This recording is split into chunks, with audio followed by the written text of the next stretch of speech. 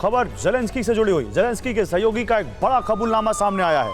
America को थी Kursk हमले की जानकारी। देखिए, ये बहुत बड़ी खबर है। अमेरिका के साथ हमले पर चर्चा की गई।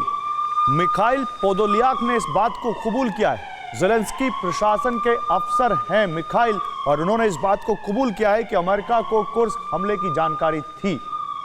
तो यूक्रेन के राष्ट्रपति ज़ेलेंस्की की आक्रामक रणनीति रूस के लिए भारी पड़ रही है। कुर्स्क की जंग में यूक्रेन ने 8 दिन में ही उससे ज्यादा इलाका जीत लिया है जितना रूस की सेना ने बीते 250 दिन में जीता है। रूसी धरती पर कुर्स्क का मानचित्र तेजी से बदल रहा है। मील के पत्थर और झंडों का रंग भी साथ साथ बदलता जा रहा है। 14 अगस्त को रूसी धरती पर यूक्रेन ने अब तक के सबसे बड़े हमले किए हैं। कुर्स्क के जीते हुए इलाकों की रक्षा करने के लिए यूक्रेन की लेडी ब्रिगेड तैनात हो चुकी है। नेटो और यूक्रेन के साझा ऑपरेशन के खिलाफ पुतिन ने एटमी नीति में परिवर्तन कर दिया है। देखिए कैसे पुतिन की यह रणनीति पूरे यूरोप की आहुति ले सकती है। रूस के राष्ट्रपति व्लादिमीर पुतिन ने यूक्रेन विजय की रणनीति तैयार करते हुए इसकी कल्पना शायद ही की होगी कि यूक्रेन अपनी जमीन बचाने के बजाय रूस की जमीन पर ही हमला कर देगा।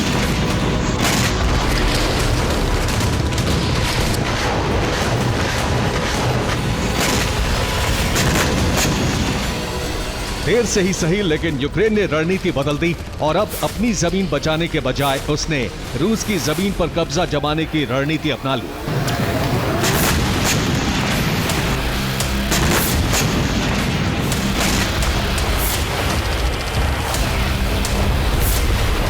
यूक्रेन की सेना ने कुर्स्क में जंग का विस्तार कर दिया है।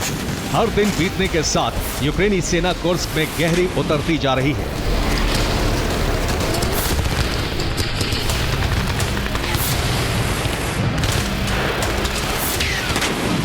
कुर्स्क की प्रशासनिक इमारतों से रूस के झंडे उतारे जा रहे हैं। यूक्रेनी सैनिक लाल और पीला झंडा फहरा रहे हैं।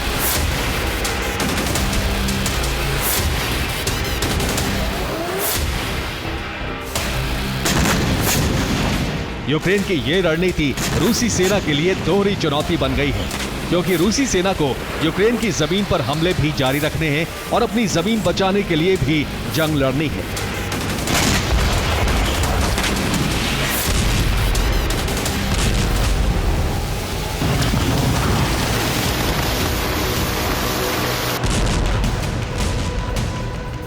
ज़ेलेंस्की ने 14 को एक बार फिर कुर्स्क रणनीति पर अपडेट बैठक की और सेना को आगे बढ़ते रहने के आदेश जारी कर दिए।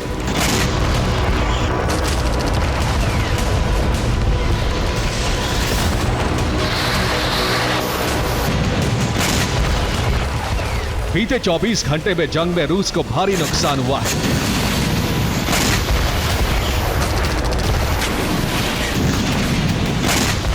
चौदह अगस्त को यूक्रेनी एयर डिफेंस सिस्टम ने कुर्स्क में हमले करने आए रूस के Su-34 फाइटर जेट को गिरा दिया। इसके साथ ही कुर्स्क के खालिनो एयरबेस पर भी ड्रोन हमले किए गए।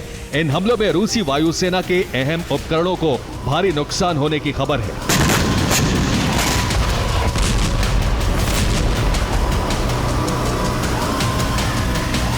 चौबीस घंटे पहले जहां रूस का पलड़ा भारी नजर आ रहा था, वो कमजोर दिखने लगा है।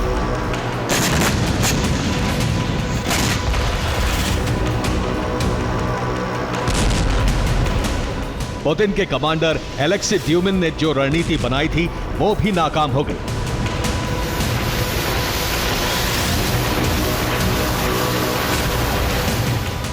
ड्यूमिन ने कुर्स्क और बेलगोरोद में यूक्रेनी सेना को अर्ध गोलाकार व्यू में घेरकर मारने की रणनीति तैयार की थी, लेकिन यूक्रेनी सेना ने इस व्यू को तोड़ दिया है। यूक्रेन की आर्टिलरी ने इस व्यू रचना पर हमले किए और इन्फेंट्री घेरे को तोड़ते हुए आगे बढ़ गई। घटनाक्रम बता रहे हैं कि रूस की ये व्यू रचना नाकाम रही, क्योंकि यूक्रेनी फौज की संख्या रूसी फौज से ज्यादा है।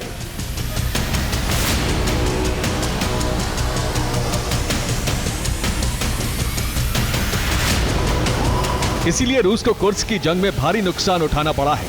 24 घंटे में यूक्रेन की सेना ने रूस के 100 से ज्यादा सैनिकों को युद्धबंदी बना लिया।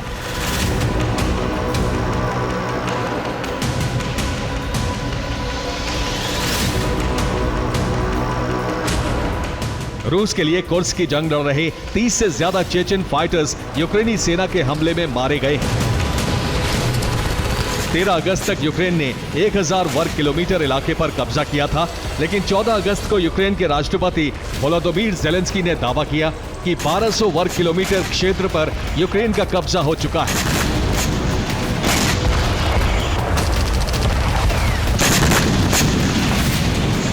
जंग तेज करने के लिए और रूस के जीते हुए इलाकों पर कब्जा जमाए रखने के लिए यूक्रेन ने अपनी लेडी ब्रिगेड को कुर्स्क भेज दिया है।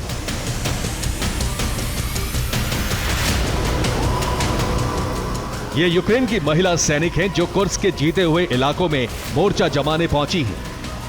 यूक्रेन की सेना ने 8 दिन में वो कारनामा कर दिखाया है जो रूस करीब 250 दिन में नहीं कर पाया था।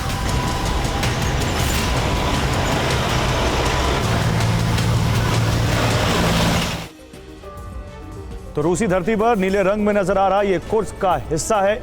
नीले रंग की फौज यूक्रेन की सेना है और इस सेना ने बीते 8 दिन में रूसी धरती का 1000 वर्ग किलोमीटर का इलाका जीत लिया है। घेरे में नजर आ रहा कुर्स्क का यह इलाका अब यूक्रेन के कब्जे में है।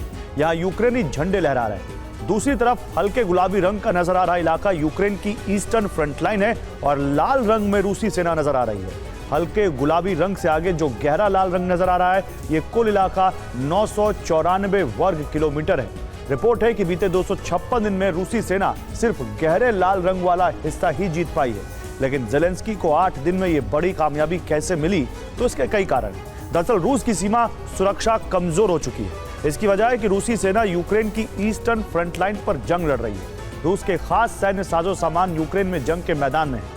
रूस को कुर्स्क बचाने के लिए सैनिकों की जरूरत है, लेकिन रूसी सेना में नए सैनिकों की भारी कमी है। अगर रूसी सेना ने कुर्स्क बचाने के लिए यूक्रेन का डोनबास खाली किया तो जीती हुई जमीन भी हाथ से निकल जाएगी।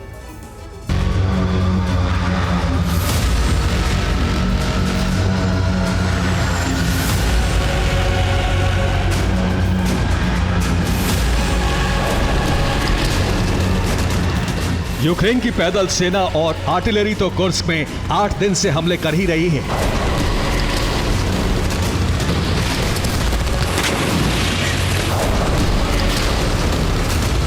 लेकिन अब यूक्रेन ने अपनी वायु सेना को भी युद्ध में उतार दिया है। यूक्रेन के फाइटर जेट कुर्स्क तक बेरोक टोक उड़ान भर रहे हैं और पैदल सेना के आगे बढ़ने के लिए बमबारी कर रहे हैं।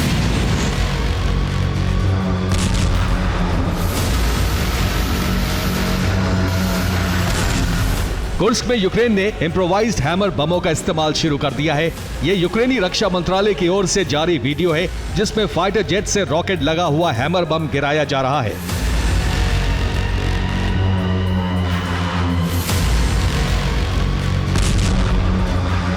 ये बम यूक्रेन को अमेरिका से मिला है और रक्षा विशेषज्ञों का दावा है कि हमलों की रणनीति भी अमेरिका और यूरोप के देशों ने ही मिलकर तैयार की है।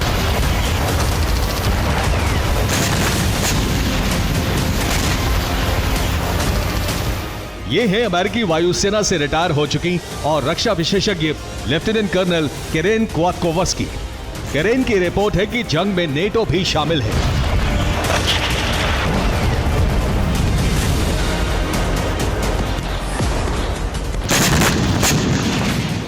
केरेन ने कहा है कि कुर्स्क हमले के लिए लंबी प्लानिंग की गई। हमले में यूएस और नेटो के हथियार इस्तेमाल किए जा रहे हैं।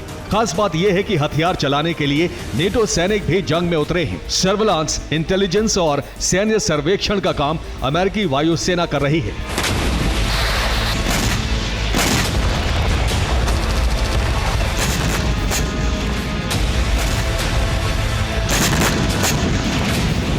रूस भी इस बात का दावा कर चुका है और इसीलिए अब यूरोप के नेटो सैन्य ठिकाने रूस के टारगेट पर आ चुके हैं। रिपोर्ट है कि रूस कुर्स्क को अपनी संप्रभुता पर हमला मान चुका है और ऐसे हालात में रूस सुरक्षा सिद्धांतों के तहत परमाणु हथियारों का प्रयोग कर सकता है।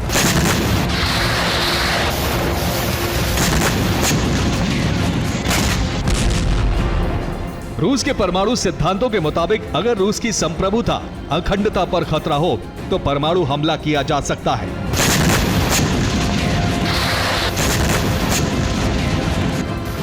यूक्रेनी सेना के सीमा लांघते ही रूस की संप्रभुता पर हमला हो चुका है। कुर्स्क अगर यूक्रेन के कब्जे में जाता है तो रूस की अखंडता भंग हो जाएगी। और ऐसी स्थिति में पुतिन परमाणु हमला करने के लिए मजबूर होंगे। Bureau report, TV9, Bharatvarsh.